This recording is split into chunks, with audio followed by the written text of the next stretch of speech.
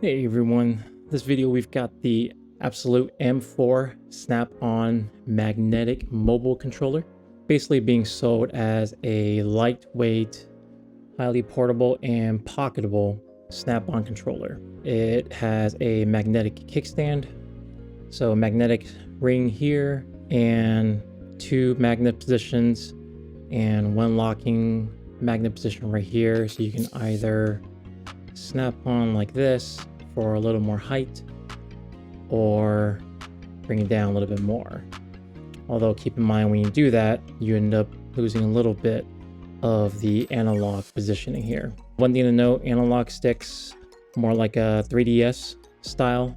So technically joysticks, ABXY and D-pad, mode button, shoulder buttons, L left, right, Z, L, Z, right, and also supports L3 and R3 since you can't push down on these sticks right here via the smart combo actions.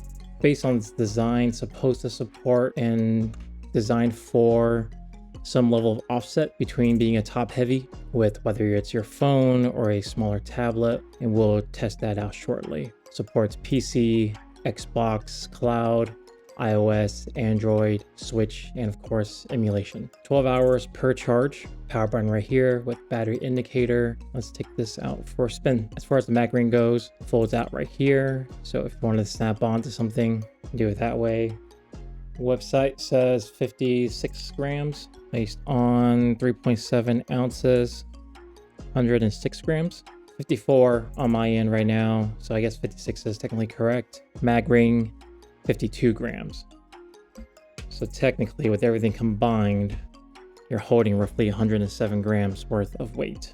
In terms of dimensions, with the ring off, we are looking at 2.7 inches or roughly 69, rounding up 70 millimeters of width. In terms of its height, with the trigger buttons on the end, 75, rounding up to 76 millimeters, almost 3 inches.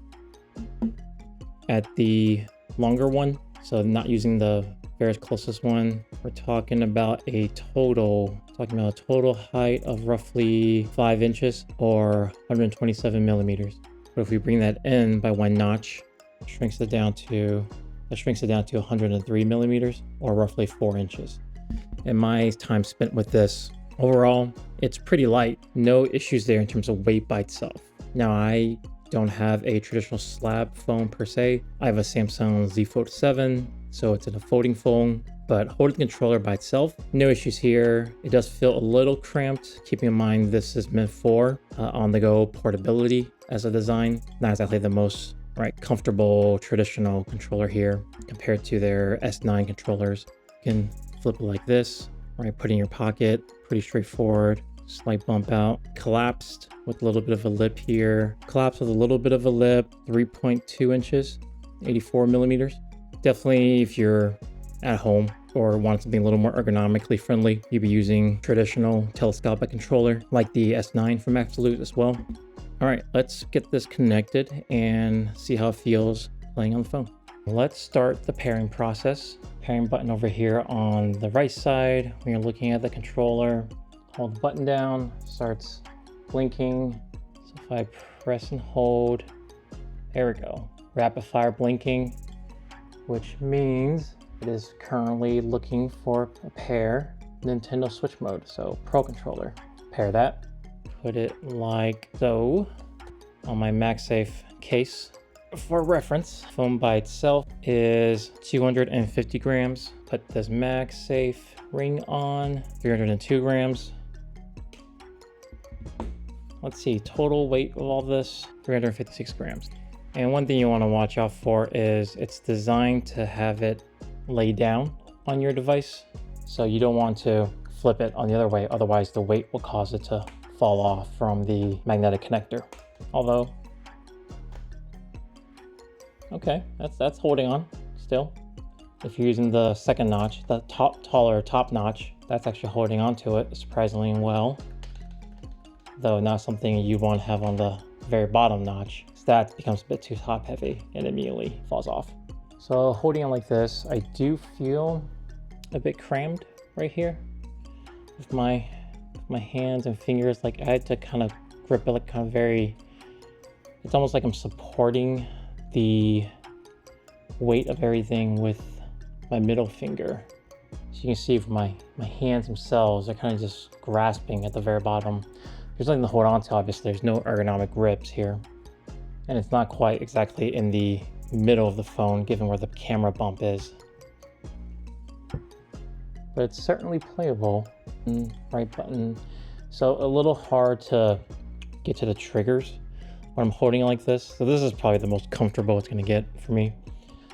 I'm able to push the weight into the very base of my index finger on both sides and hold the controllers like so. The only drawback is if I need to reach the triggers, I have to let go of my index finger. And now I'm really just gripping and pushing against it to reach the triggers. I think it'd be a different feel. Maybe if I grabbed like this, but then I can't quite reach. Maybe I'll try this. I mean, for this game, it's certainly doable. I'm grasping it more with my left hand. Yeah, I guess I'll say it's doable in a pinch.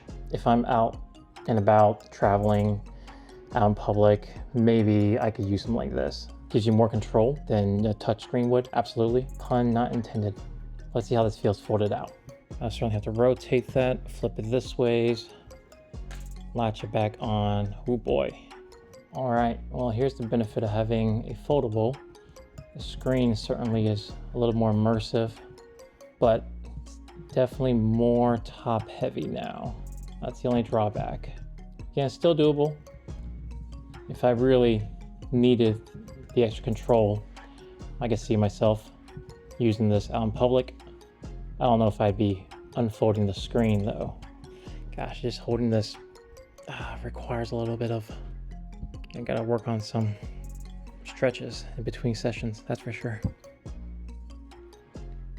Oh boy, so yeah, so Z, L, and ZR are technically our traditional analog triggers, so gas and brake are bound to those. What's the best way to hold this? All right, here we go. I mean, I don't have much analog control. Ooh, that's gonna, yep, camera change and accelerate is all right next to each other, so that's gonna cause some misclicks.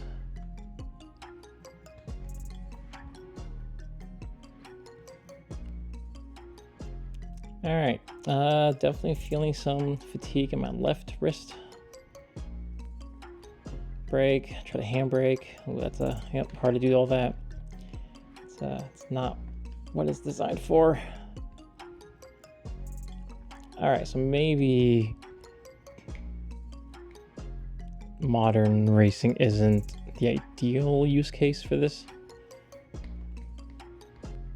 I think it's doable, and plus the analog sticks, at least there's some level of control, right? Minor adjustments versus the extreme left and right.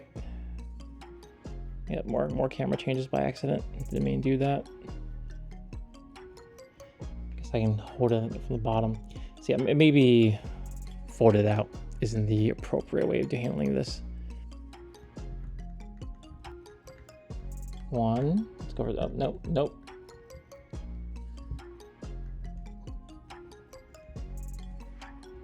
There we go. 2, roll 3. Okay, it's doable.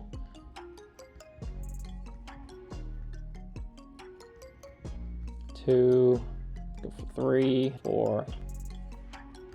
Okay, it allows for some rollage. All right, let's try a platformer.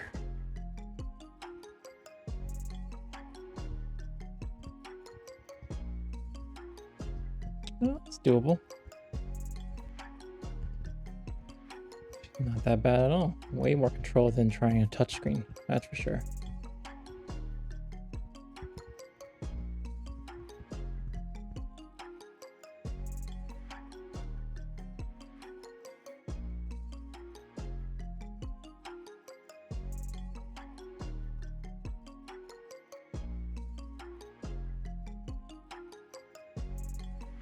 Yeah, that's doable. That's a little bit better.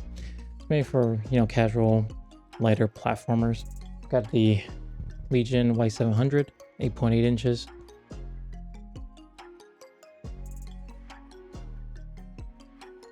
I think it's doable. I'll definitely say 350 grams feels like the upper limit. Apologies for the glare. In terms of maneuvering this, so there's turbo mode. Hold the button and then hold the M button. So if this is my attack and I want to enable turbo mode, hold button, then hold M. Works pretty well. Press and hold the M key for 5 seconds to clear the turbo function of all keys. Oh, that's convenient. So if I press this and I've enabled turbo mode, like so, hold it for 5 seconds. There you go, back normal. But you know what? If I have an armrest, okay. Minor movements. Let that be a lesson. So if my right wrist's propped up, that's still doable. That's perfectly fine. But obviously if you are holding it in the air, that could be a little fatiguing over time. Holding down the M button and the minus button will produce the L3 input, which is the input pressing down the left analog stick. So if I want to get Wukong to run, it might just be better to bind it to a different button in the game. Yeah, not the most elegant approach, that's for sure. And minus. Yeah, there we go. Now we're talking. He's running. One thing I will say, it's surprising actually how big this is. All things considered, I thought it'd be way smaller. So I see it as much more limited use cases, much more specific use cases, or if I use it as a kickstand. I mean, this is pretty comfortable. That's actually not bad, honestly. This is a pretty light controller, all things considered. I mean, for like if you have a Bluetooth one, yeah. Outside of like ergonomic comfort, like this is pretty pocketable, portable. Have a couple of players sync up, play co-op like this. I can see that. That's actually pretty reasonable. I can see the selling point here. Final thoughts. It's a very niche product. It's created for a very specific use case, out traveling, but I can see myself using it when I'm traveling in the car or in a bag. Right, at the end of the day, it's very light. But as you saw with the phone, 350 grams, probably be the high end. Obviously with a traditional phone that's not a foldable, a little more usability out of this. I mean, for the price I paid for during the Kickstarter, less than $40, that's a simple enough device to keep on hand. But if I'm at home, obviously going to be pulling out something like this, right? Way more ergonomically friendly. But if I'm out traveling and I don't have a handheld, and that's the big thing, right? Is if you don't have a portable handheld, and all you have is your phone, could I see this being an attachment? I mean, yeah, put in the bag, carry like this. Sure, I can see that. Get it if your use case works for this, and that use case being ultra light, ultra portable, ultra pocketable. And that's it for this quick video. And as always, thank you very much for watching. I'll catch you in the next one.